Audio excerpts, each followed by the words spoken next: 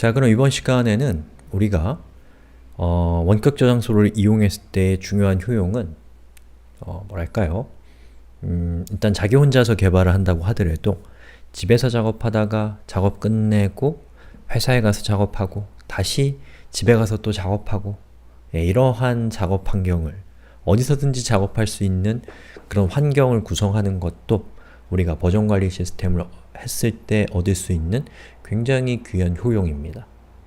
그 방법에 대해서 지금부터 살펴볼 것이고, 요것을 조금만 응용해서 확장하면 결국에는 여러 사람이 협업하는 모델을 우리가 만들 수가 있게 됩니다. 자, 그럼 지금부터 이 두 대의 컴퓨터가 원격 저장소를 중심으로 해서 서로 소스 코드를 주고받는 방식을 살펴볼 거고, 그때 우리가 사용하는 명령은 push와 pull이라는 겁니다. 자, 봅시다. 자, 우선 저는 한 대의 컴퓨터는 home이라고 하는 디렉토리, 그리고 한 대의 컴퓨터는 office라는 디렉토리입니다. 사실은 같은 컴퓨터인데 각자 다른 컴퓨터, 다른 장소에 있다라고 간주해주세요. 그리고 이 두 개의 저장소 모두 git remote -v를 해보면, 자, 보시는 것처럼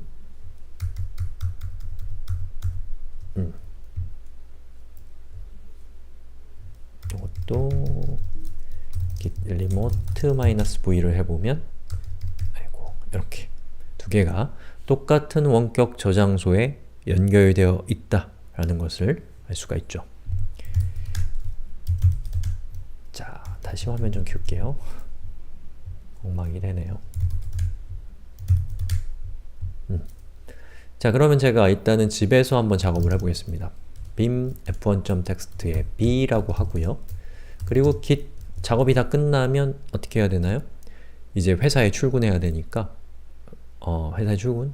작업이 끝났으니까 일단은 원격 저장소로 푸시를 해줘야 됩니다. 저희 지역 저장소 기준으로 해서 밀어넣는 거죠. 어디로? 원격 저장소로.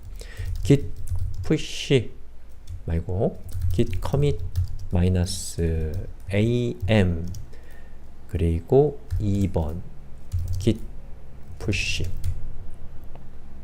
엔터. 그럼 이제 푸시가 됐죠. 그럼 제가 이 여기 오피스라는 요 컴퓨터, 회사에 있는 컴퓨터로 돌아와서 업무를 시작하기 전에 git pull이라는 걸 통해서 땡겨오는 겁니다. 원격 저장소의 내용을 저희 지역 저장소로 땡겨오는 거죠. 그렇게 되면 어떻게 되겠어요? 저의 집에서 작업했던 내용과 제가 회사에서 작업하는 저장소의 상태가 같게 되겠죠. 자, 이렇게 하고 이렇게 하면 이렇게 되고, git log를 하면 두 개가 똑같은 상태가 되는 것을 볼 수가 있습니다. 자, 그런데 여러분이 push와 pull을 할 때 조심해야 될 게 있어요. 뭐냐면 push를 하기 전에는 pull을 하셔야 된다는 겁니다. 한번 해볼게요. 자, 제가 회사에서 작업을 그럼 이제 시작하겠죠. f1.text 이렇게 c라고 내용을 추가하고 git commit -am 3 git push. 그럼 이제 업로드가 됐죠. 그 다음에 제가 집에 들어와서 작업을 시작했는데 깜빡하고 git pull을 안 한 거예요. 그리고 그냥 작업을 합니다. bin f1.txt에서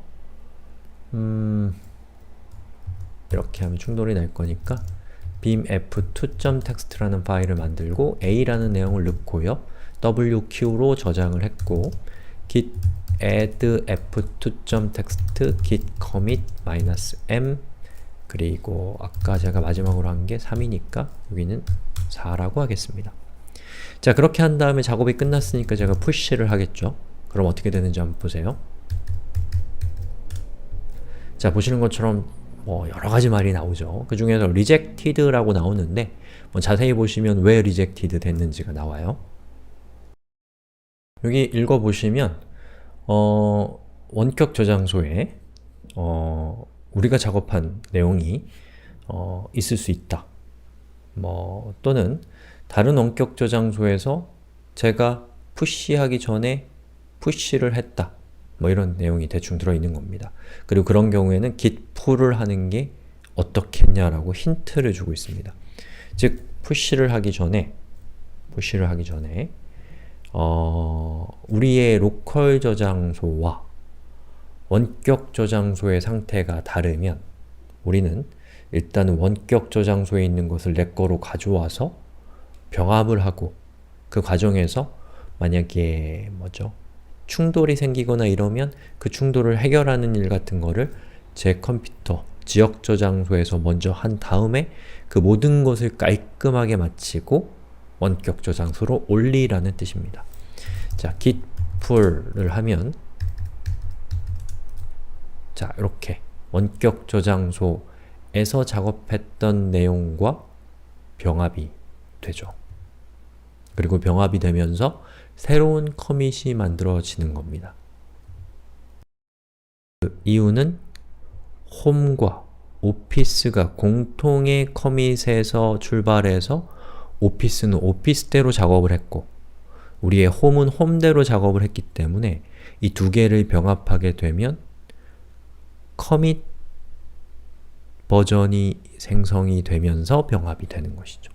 요건 이제 브랜치를 병합할 때 발생했던 것과 똑같은 이슈라고 보시면 되겠습니다. 자, 저장을 해볼게요. WQ 그럼 보시는 것처럼 커밋 로그가 만들어지면서 커밋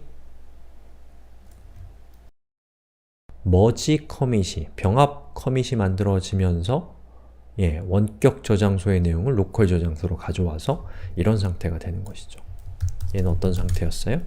1, 2, 3 얘는 1, 2, 3, 4 4는 홈에서 작업한 것 3은 원격 저장소에서 작업한 것이죠. 자, Q 누르고 그 다음에 이제 우리가 작업이 병합 작업이 끝났으면 그 다음에는 푸시를 이제 해주면 됩니다. 그럼 이제 원격 저장소로 우리의 버전이 올라갔고 그럼 이제 다시 회사로 갈 때는 우리가 이전에 깜짝 놀란 게 있으니까 푸시를 풀을 안 하고 커밋한 다음에 푸시를 했더니 거절된 사례가 있었기 때문에 다시 회사에 가서 작업할 때는 이제 항상 풀을 한 다음에 작업을 해야겠구나 이런 생각이 들겠죠. 그럼 보시는 것처럼 이렇게 됩니다. 저의 오피스와 저의 홈이 똑같은 상태를 이제 유지하게 되는 거죠. 그럼 여기서부터 다시 오피스에서 작업을 시작하시면 되는 거겠죠. 자, 그래서 이제 우리가 Git과 같은 버전 관리 시스템은 분산된 버전 관리 시스템이라는 특징이 있습니다. 그건 뭐냐면 여러분이 어떤 버전을 만들 때 여러분의 컴퓨터에서 버전을 지역 저장소에서 버전을 직접 만들어서 가지고 있다라는 거죠. 그러고 있다가 필요할 때마다 원격 저장소로 동기화를 시키는 그런 특성이 분산 버전 관리 시스템이라고 분류되는 버전 관리 시스템입니다. 그렇기 때문에 여러분도 모르게 자기 컴퓨터에서 커밋을 계속 해나갈 수가 있어요. 그러다 나중에 걔를 업로드했을 때 다른 사람이 이미 업로드해놓은 다른 사람이 푸시해놓은 버전들로 인해서 여러가지 고초를 겪을 수가 있거든요. 그렇기 때문에 분산 버전 관리 시스템이라고 하더라도 여러분이 자주 푸시를 해서 다른 사람들이 여러분이 푸시한 것을 자주 가져갈 수 있도록 해주는 것이 훨씬 더 좋습니다. 특히나 푸시를 풀을 여러분이 오랫동안 안 하게 되면은 다른 사람이 푸시를 많이 해놨을 거 아니에요? 그랬을 때 같은 부분을 동시에 수정했다. 그러면 나중에 풀을 해오는 사람이 그 충돌을 해결하는 책임을 지기 때문에 이 충돌이 났을 때 그 책임을 상대방에게 넘기는 좋은 방법이 바로 우리가 푸시를 자주 하는 겁니다. 아시겠죠? 자, 이렇게 해서 push와 pull이라고 하는 굉장히 중요한 명령에 대해서 살펴봤고요. 자, 한 번만 더 정리해 보겠습니다. 여러분이 작업한 내용을 서버로 올릴 때는, 원격 저장소로 올릴 때는 push, 그리고 가져올 때는 pull입니다. 그런데 여러분이 처음 작업할 때는 항상 pull을 하고 그리고 push를 그리고 작업하고 그 다음에 push를 하는 게 좋고, 그리고 push는 또 push와 pull은 자주자주 해야지만 서로 충돌될 여지를, 충돌될 가능성을 낮출 수가 있다라는 것도 이번 시간에 중요한 주제라고 할 수가 있겠습니다. 여기까지 하겠습니다.